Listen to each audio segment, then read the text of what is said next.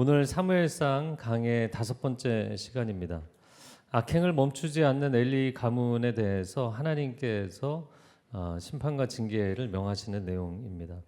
22절을 제가 다시 읽어보겠습니다. 엘리가 매우 늙었더니 그의 아들들이 온 이스라엘에게 행한 모든 일과 회막문에서 수종드는 여인들과 동침하였음을 듣고. 엘리가 매우 늙었다라고 시작을 합니다. 그럼 엘리가 나이가 든 것이 문제였는가? 엘리가 나이가 많았기 때문에 자녀들의 문제를 해결할 능력이 없었다는 이야기인가? 가끔 성도님들 중에 연세가 지긋하신 분들 저한테 찾아오셔서 1516 교회는 젊은이들이 많은데 나같이 나이 많은 사람이 가도 됩니까? 이렇게 얘기를 하시는 분들이 계세요. 그래서 절대 아닙니다. 정말 남녀노소 정말 다양한 분들이 계시고 80대 어르신들도 많이 계십니다. 이렇게 말씀드려요. 여러분 나이는 숫자에 불과하죠? 네, 아멘까지 하실 건 없고 그렇죠. 근데 이런 재밌는 얘기가 있어요. 프랑스의 인쇄업자이자 문장가인데 앙리 에스티엔이 이런 얘기를 했어요. 젊은이는 아직 할 수 없고 노인은 이미 할 수 없다. 그럼 누가 하느냐? 그러니까 나이 때문에 못한다 그러면 아무도 할 사람은 없다는 거예요. 나이는 상대적인 개념일 뿐이라는 거죠. 정말 중요한 것은 내가 나이가 많든 적든 지금 하나님의 시간 속을 살고 있는가. 내가 하나님과 동행하며 하나님이 일하시고 역사하시는 인생을 살고 있는가. 내가 하나님의 살아계심과 동행하심의 계절을 살아내고 있는가가 중요한 것이죠. 오늘날 우리가 어르신들을 공경하는 건강한 문화가 회복이 되어야 합니다. 잠언 20장 29절 말씀 같이 읽겠습니다. 젊은 자의 영화는 그의 힘이요 늙은 자의 아름다움은 백발이니라.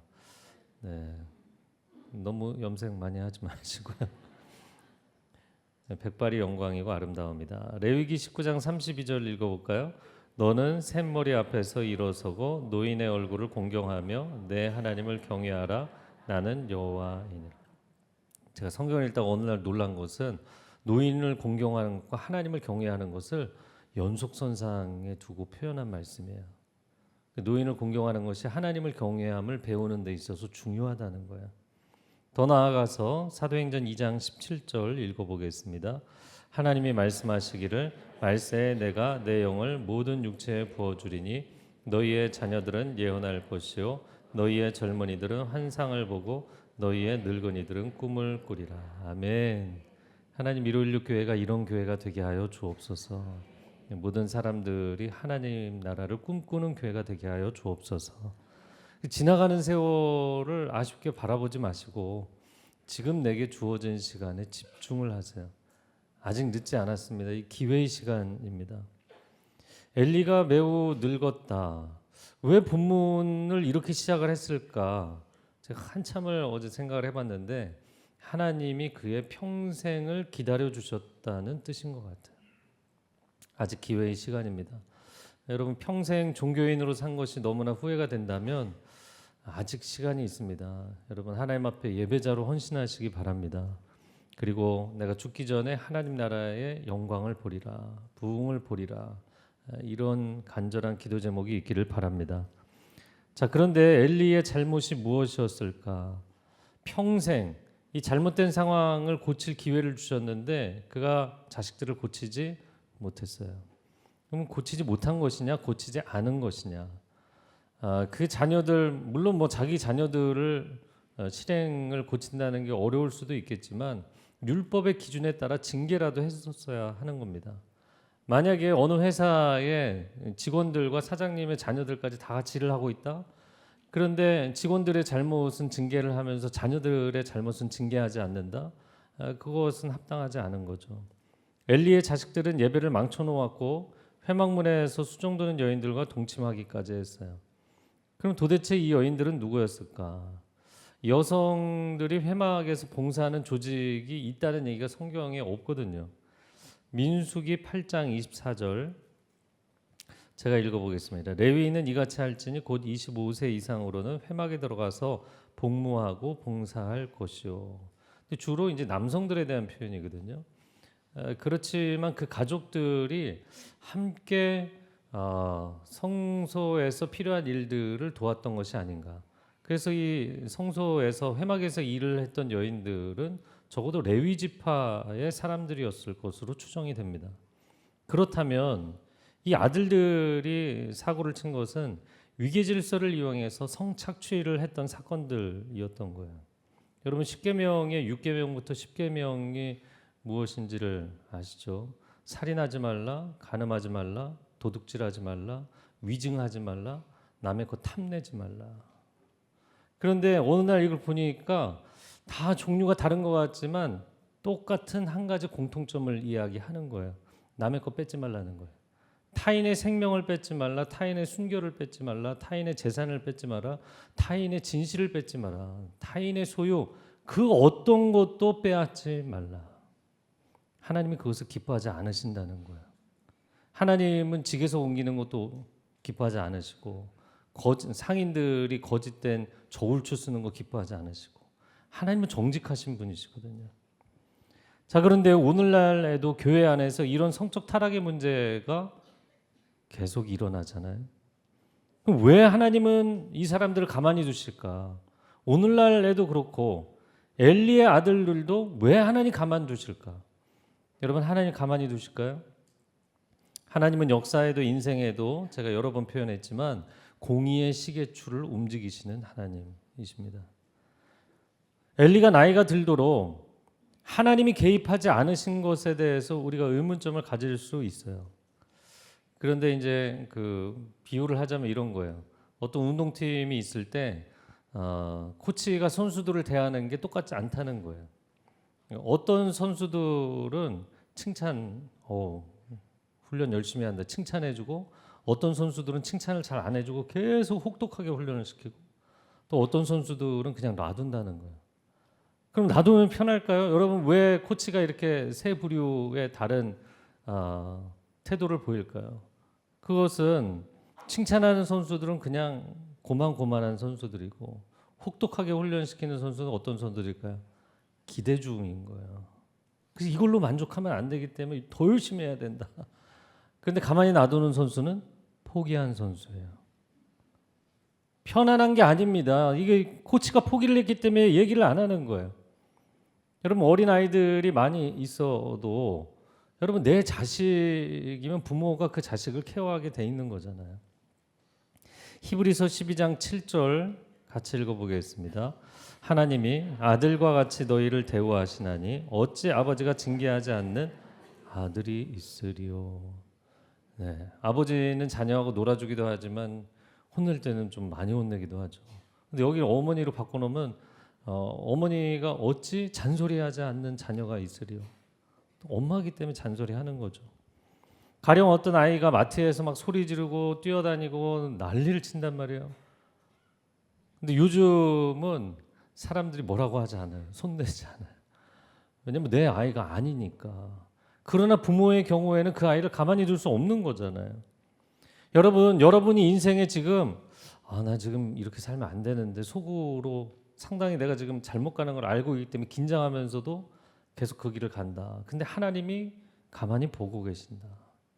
그것이 하나님께서 인내함으로 기다려주시는 시간이라면 감사한 것이지만 만약에 하나님께서 호세아서에 반복해서 말씀하신 것처럼 너 이제 내 자식이 아니다. 이렇게 하나님이 포기하시고 버리신 것이라면 이건 굉장히 심각한 상황인 것이죠. 여러분 그 상황까지 가기 전에 하나님 앞에 돌이켜야 되는 줄로 믿습니다. 23절에서 25절 말씀 같이 읽어보겠습니다. 그들에게 이르되 너희가 어찌하여 이런 일을 하느냐 내가 너희의 악행을 이 모든 백성에게서 듣노라. 내 아들들아 그리하지 말라. 내게 들리는 소문이 좋지 아니하니라. 너희가 여호와의 백성으로 범죄하게 하는도다.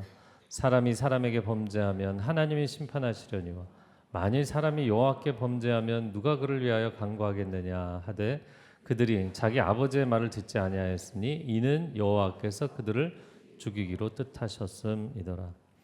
자, 엘리 아들들에게 엘리가 도대체 너희 왜 이러는 거냐? 너의 악행을 백성들에게서 내가 듣고 있다.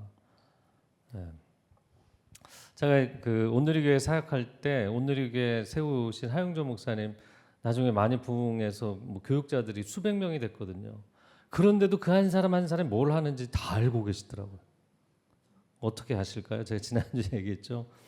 당신이 하고 있는 거를 누군가는 보고 있고 듣고 있고 알고 있어요.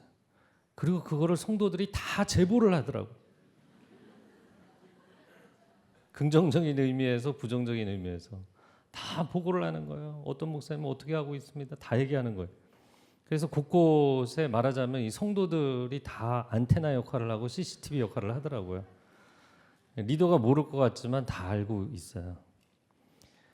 엘리가 왜 그 아들들에게 그러지 말라고 말렸는가? 오늘 본문의 내용을 좀 정리를 해보면 첫 번째, 우리에게 백성들의 여론이 좋지 않다. 우리가 영적 리더십인데 리더십을 상실하게 됐다. 두 번째, 여호와의 백성으로 하여금 너희가 죄를 범하게 하고 있다. 세 번째, 사람과 사람 사이의 잘못이라면 하나님이 중재하시겠지만 사람이 하나님께 죄를 지으면 도대체 누가 중간에 나서서 중재를 해줄 수 있겠냐, 이렇게 표현을 했어요. 여러분, 엘리의 아들들이 엘리의 간곡한 이야기 말을 들었습니까? 말을 안 들었어요. 그런데 왜 말을 안 들었다고 오늘 본문에 표현되어 있어요? 하나님께서 그들을 죽이기로 뜻하셨기 때문이다. 그래서 성경 통독을 하다가 이 본문을 보고 깜짝 놀라시는 분들이 있어요. 아니, 어떻게 하나님은 사람을 죽이기로 작정하실 수 있느냐, 선하신 하나님이. 그런데 여러분, 차분하게 생각을 해보면 그렇게 어려운 문제가 아닙니다. 첫 번째, 엘리의 아들들이 착한데도 하나님께서 막 악하게 몰아가셔서 심판하신다는 얘기가 아니잖아요. 그들이 계속해서 경고하는데도 돌이키지 않고 완악하게 불순종을 한 것이죠. 두 번째는 엘리가 중간에 막아섰어야 되는 거예요. 그런데 엘리도 역할을 하지 않았어요. 결국에 세 번째, 오래 참고 기다리신 하나님께서 최종적인 결정을 내리시는, 하나님의 주권에 대한 표현이지, 이 하나님이 선한 사람을 악하게 난 얘들은 그냥 내가 찍었으니까 혼내야지, 그런 본문이 아닙니다. 하나님은 선하신 하나님이신 줄로 믿습니다. 자, 이어지는 26절 같이 읽어보겠습니다. 아이 사무엘이 점점 자라매 여호와와 사람들에게 은총을 더욱 받더라. 은총을 더욱 받더라. 사무엘이 매년 아빠 엄마가 가져다주는 새 겉옷을 입을 때 기분이 굉장히 그날 좋았을 것 같아요. 그리고 아빠 엄마도 아유, 우리 아들 이렇게 컸구나. 근데 사무엘이 키만 큰 것이 아니라 사람들에게 받는 은총, 하나님께 받는 은총도 커갔다는 거예요. 참 이 표현이 너무 좋잖아요. 사람이 겉모습, 껍데기만 자라는 게 아니라 그 영혼이 이렇게 자라가는 표현입니다. 근데 성경에 보면 이 비슷한 표현이 어디 나오죠? 네, 아이 예수님에 대해서 누가복음 2장 52절 같이 읽어볼까요? 예수는 지혜와 키가 자라가며 하나님과 사람에게 더욱 사랑스러워 가시더라. 그래서 누가가 이 사무엘에 대한 표현을 기억하고 이 구절을 쓴 것 같아요. 제가 어제 이 구절을 살펴보면서 26절에 여호와와 사람들에게 은총을 더욱 받더라. 은총이라는 단어는 보통은 히브리어 헤세드라는 단어를 많이 쓰거든요. 하나님의 언약에 기초한 영원한 사랑. 그 당연히 헤세드겠지 이러고 본문을 봤는데 히브리 본문을 보니까 헤세드가 아니고 토브라는 단어를 썼어요. 여러분, 토브라는 단어는 좋다, 선하다 이런 뜻이에요. 그런데 선함이 어떻게 은총, 페이버라는 은총이라는 단어로 변했을까? 그것은 사람들이 나에게 선하게 대한다는 거예요. 그러니까 지금 이 내용은 이 한 구절의 이 은총이라는 단어, 토브라는 단어를 통해서 22절부터 6절까지를 쫙 정리를 한 거예요. 엘리의 두 아들들은 악을 행하였고 어린 사무엘은 자라가면서 선을 행하기 때문에 사람들이 그에게 선대했다. 이렇게 대조해서 표현을 한 것입니다. 시편 1편 6절 같이 읽어볼까요? 무릇 의인들의 길은 여호와께서 인정하시나 악인들의 길은 망하리로다. 인생의 갈림길 위에 서서 나는 어떤 길을 선택하겠는가? 인생은 시소의 법칙이라고 했잖아요. 여러분은 지금 여러분이 시소의 오르막길에 서 있는 것 같으세요? 내리막길에 서 있는 것 같으세요? 여러분이 어느 길에 서 있는지를 감지하고 계셔야 돼요. 엘리의 아들들은 지금 어떻게 보면 이 나라에서 제사장이자 사사 역할을 하는 엘리의 아들들이기 때문에 최고 권력을 휘두르고 있었어요. 그러나 내리막길에 서 있는 거죠. 근데 아이 사무엘은 부모의 케어도 못 받고 어린 시절부터 성전에 보내진 아주 낮은 곳에 있는 것 같지만 시소의 오르막길에 서 있는 거예요. 이게 명확한 차이입니다. 사랑하는 성도 여러분, 악인들이 세상을 망쳐놓는 걸 보면서 도대체 하나님은 뭘 하고 계십니까? 원망하는 분들 있고요. 그게 어려워서 한국을 떠나시는 분들도 있고요. 또 교회를 보면서 교회를 악인들이 이렇게 망쳐놓는데 왜 하나님 가만두십니까? 그래서 교회를 떠나시기도 하고 예배의 자리를 떠나시는 분들도 있어요. 여러분 떠나지 마십시오. 반드시 하나님의 공의의 시계추는 움직이게 될 것입니다. 하나님은 공의의 방향으로 역사를 움직여 가시는 분이시기 때문이에요.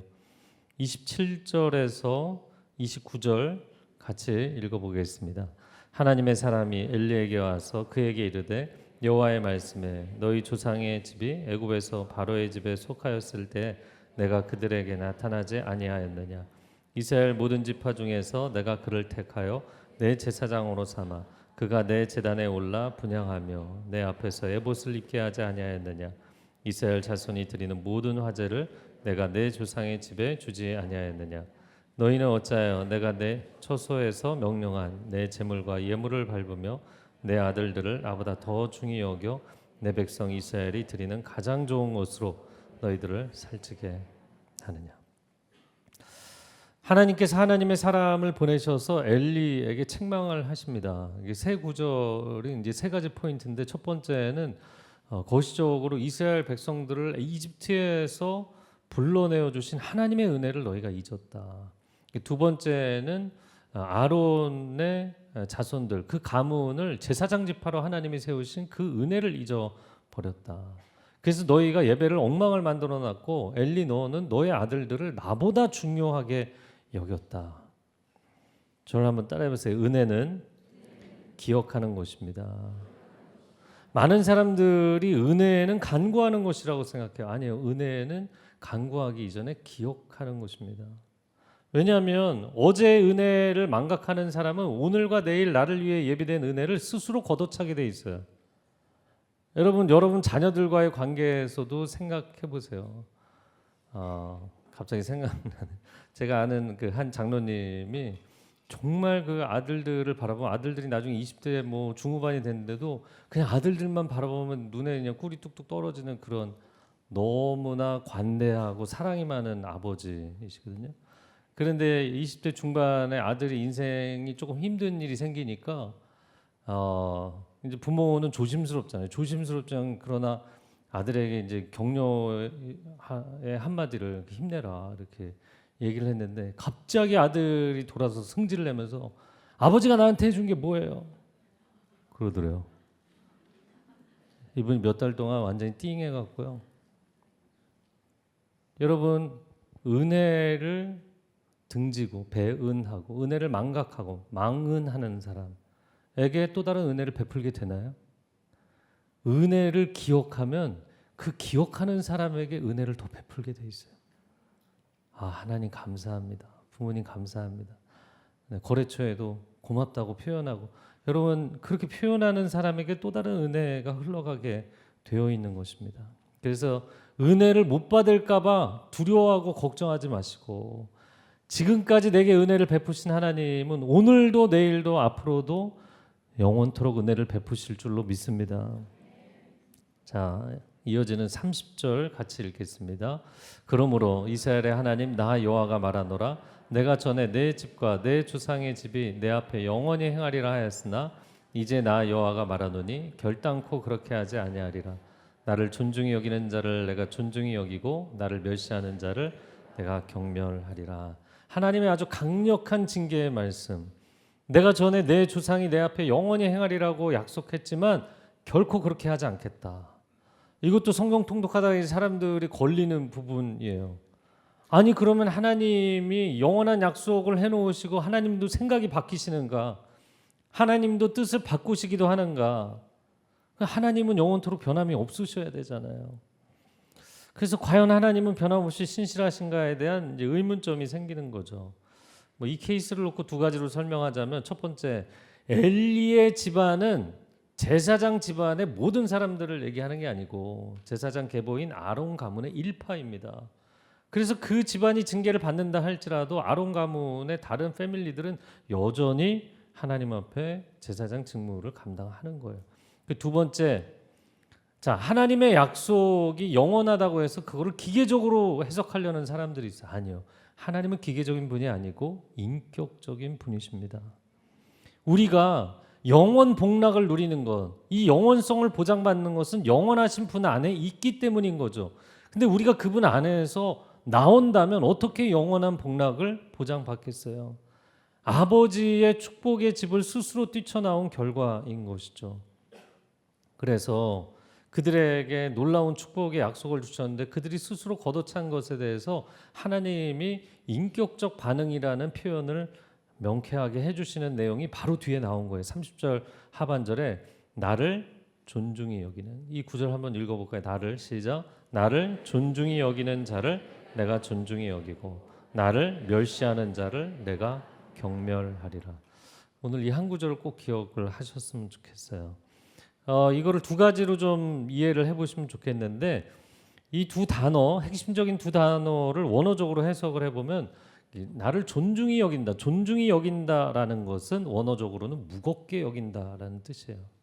근데 제가 무겁게 여긴다 이렇게 묵상해 보니까 영어식 표현에는 think highly of someone, 어떤 사람을 높게 생각한다 이렇게 표현하거든요. 근데 반대말은 가볍게 여긴다라는 것이고 낮게 본다, 영어식 표현은 그렇게 돼 있어요. 한자로는 중시한다, 경시한다 이런 표현을 쓰잖아요. 그러니까 하나님께서 우리에게 이렇게 말씀하시는 거예요.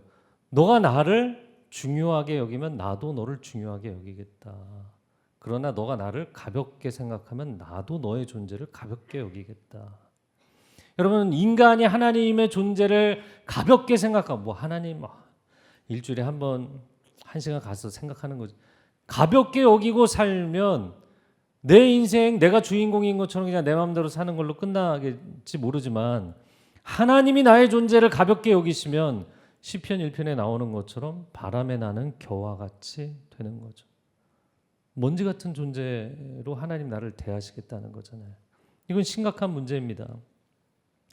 자, 두 번째, 그 무겁게 여긴다라는 제가 원어적 표현을 한 것은 오늘 이 본문의 표현을 히브리어로 카베드라는 단어를 썼어요. 그런데 이 무겁다라는 표현에서 카보드라는 영광이라는 단어가 나옵니다. 이 히브리어의 아주 독특한 표현 중에 하나인데 왜 영광을 무게로 표현을 했을까? 여러분, 모든 존재는 고유의 무게가 있는 것이거든요. 가령 이런 겁니다. 여러분, 뭐 명절에 가족들 이렇게 다 같이 모이는데 어린아이가 아장아장 걸어 들어오면 분위기가 밝고 가벼워지잖아요. 그런데 집안에 가장 연세가 많으신 어르신이 들어오시면 무거워지는 거예요. 왜냐하면 그분의 존재의 무게감 때문인 거예요. 하나님의 영광은 하나님께서 여기 등장하셨을 때 느껴지는 존재감이고 무게감인 거예요. 그래서 무게라는 표현에서 영광이라는 표현이 나온 겁니다. 그러므로 하나님의 임재의식이 분명한 사람들은 하나님을 결코 가볍게 여길 수가 없습니다. 그래서 우리가 예배에 모든 것을 쏟아부으려고 하는 것입니다. 저희가 뭐 일반적인 주일 예배보다 한 20분 정도 찬양을 많이 했는데 저희가 30분 좀 더 하자. 30분을 하고 때로 저희가 조금 더 하고 싶은 것 중에 하나는 뭐냐면 프리스타일 월십이에요. 여러분이 뭐 손 드세요, 뭐 손 내리세요, 박수 치세요 이런 거 하지 않아도 정말 여러분 각자가 천국을 향해 달려가는 예배자로 자유롭게 예배하셨으면 좋겠거든요. 그런데 이런 예배를 너무 감성적인 거 아닙니까? 사람들의 감정을 터치하려는 거 아닙니까? 제가 오늘 1년에 한 번인데 청년부 오후 4시죠. 청년부 설교하고 그리고 질의응답 하기로 했는데 한 40가지 질문이 왔어요. 근데 그 중에 하나가 예배가 딱 틀에 박힌 순서대로 요 타이밍이 되면 불 끄고 사람들을 감성적으로 터치하겠구나. 이런 거 너무 짜증난다. 이런 게 있더라고요.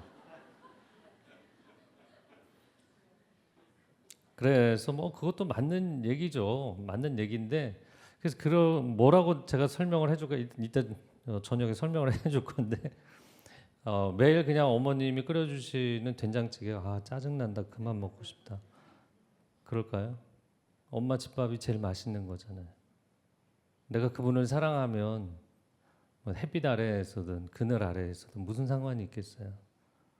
예. 여러분 사람들을 감성적으로 터치하기 위해서 이렇게 하는 것일까요? 여러분의 영혼이 하나님의 임재의 무게, 그 임재의 영광을 경험할 수 있기를 축복합니다.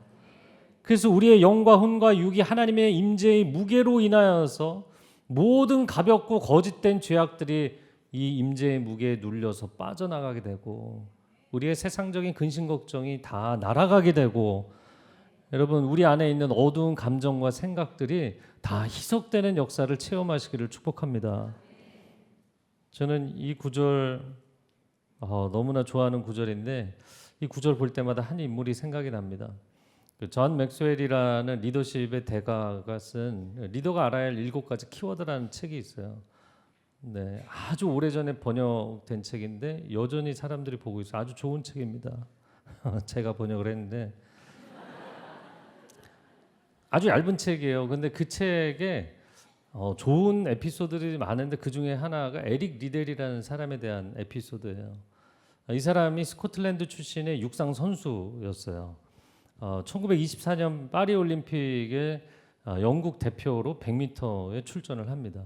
근데 그 당시에는 어떻게 그랬는지 모르지만 이 경기 날짜를 선수들을 소집해 놓고 경기 날짜를 정한 거예요. 근데 이 선수가 뛰게 된 날이 주일날이었어요. 굉장히 신실한 크리스찬이었던 에릭 리델이 난 주일에 예배 드리러 가야 돼서 경기를 출전을 못 하겠습니다. 이렇게 얘기를 하니까 올림픽 위원회 난리가 나고 뭐 영국에서는 모든 뭐 언론의 헤드라인에 배신자다 그러고 난리가 난 거예요. 제가 생각할 때는 약간 스코틀랜드 출신이어서 더 그랬을 것 같아요.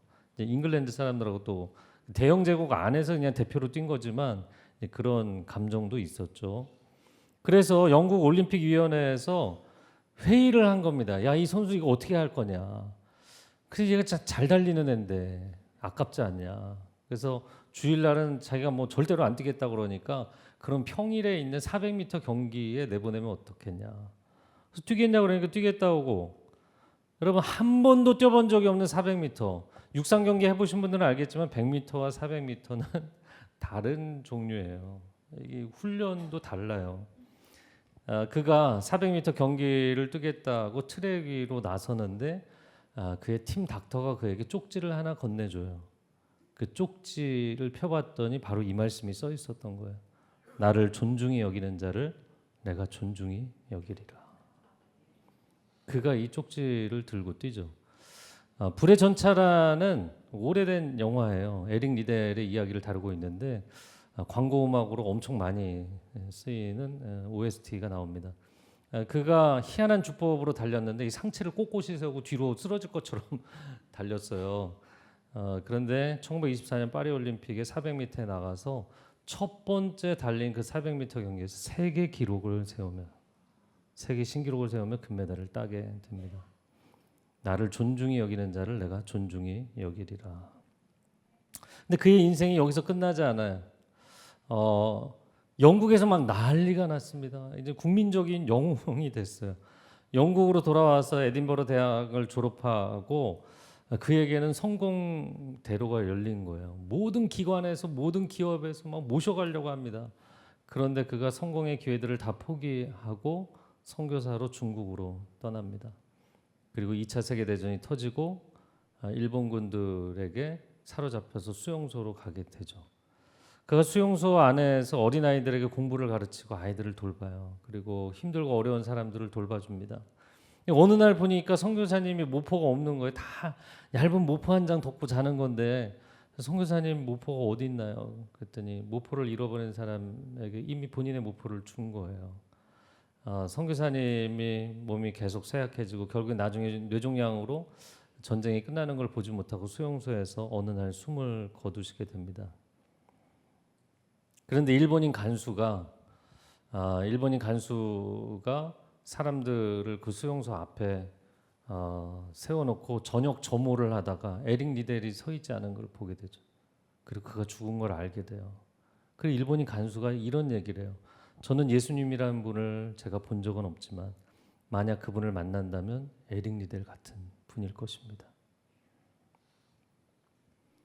평생 하나님을 존중했고 정말 죽는 마지막 순간까지 하나님의 영광과 은혜를 나눴던 사람 에릭 리델입니다. 저는 그의 올림픽 금메달보다도 그의 삶의 헌신이 정말 놀랍지 않은가.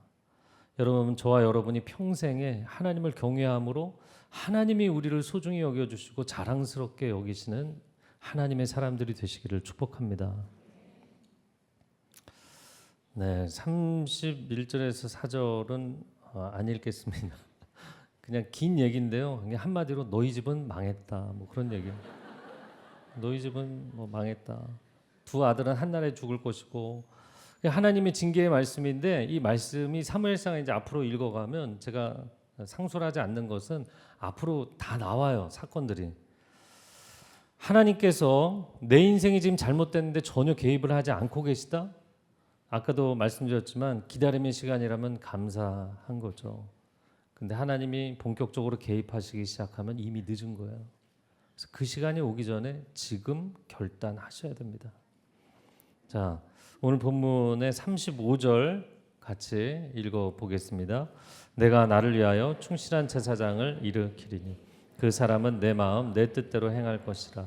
내가 그를 위하여 견고한 집을 세우리니 그가 나의 기름 부음을 받은 자 앞에서 영구히 행하리라. 아멘. 하나님의 마음, 하나님의 뜻을 충실하게 이룰 충성스러운 제사장을 세우겠다. 고린도전서 4장 2절에 맡은 자들에게 구할 것은 무엇이라고요? 충성이다. 하나님이 하나님의 마음에 합한 제사장을 지금 이 성전에서 기르고 계시죠. 누구죠? 사무엘. 또 하나님께서 사무엘을 통해서 기름 부으실 하나님 마음에 합한 왕을 세우시게 되죠. 그게 누구죠? 다윗입니다. 그리고 이 두 사람을 통해서 400년의 역사를 뒤집어 엎으신 거예요.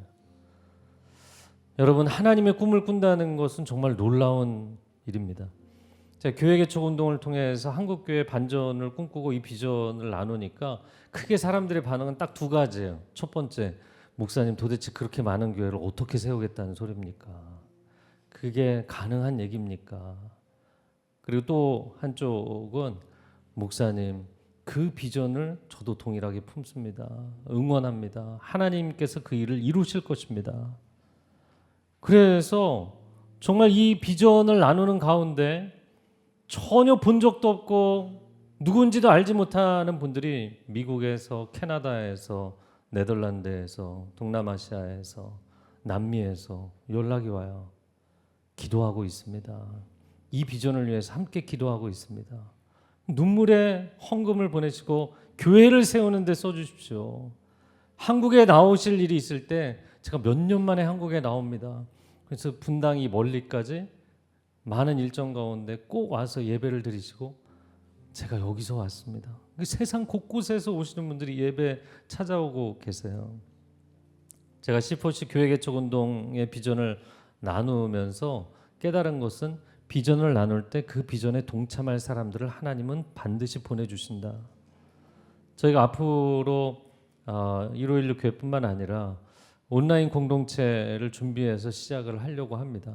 하나님께서 예배자들을 보내주시고 중보자들을 보내주시고 또한 하나님 나라를 함께 꿈꾸는 비전너리들을 보내셔서 다윗과 사무엘과 같은 온전한 예배자들을 통해서 400년 역사의 물줄기도 한 번에 바꾸시는 그 하나님이 이 시대에 새 일을 행하실 줄로 믿습니다. 그래서 세상의 악인들이 판을 치고 있는데 도대체 하나님 뭘 하고 계십니까? 이렇게 원망하고 포기하지 마시고요. 하박국이 처음에 하나님 도대체 뭘 하고 계십니까? 그렇게 외쳤었죠. 근데 하나님의 역사 섭리를 딱 듣고 나서 하박국 3장 2절에 이렇게 이야기합니다. 주는 주의 일을 이 수년 내에 부응하게 하옵소서. 아멘. 아버지의 뜻이 이루어지이다. 여러분 이 시간 함께 기도할 때 하나님, 우리가 사모하고 갈망하고 기도하는 것은 내 뜻이 이루어지기를 원하는 것이 아니라 아버지의 뜻이 하늘에서 이루어진 것처럼 땅에서도 이루어지기를 원합니다. 하나님, 이 시대에 우리 세대와 우리 자녀 세대가 하나님 나라의 반전의 승리와 부흥을 보게 하여 주시옵소서. 주여, 한번 외치고 통성으로 기도하겠습니다.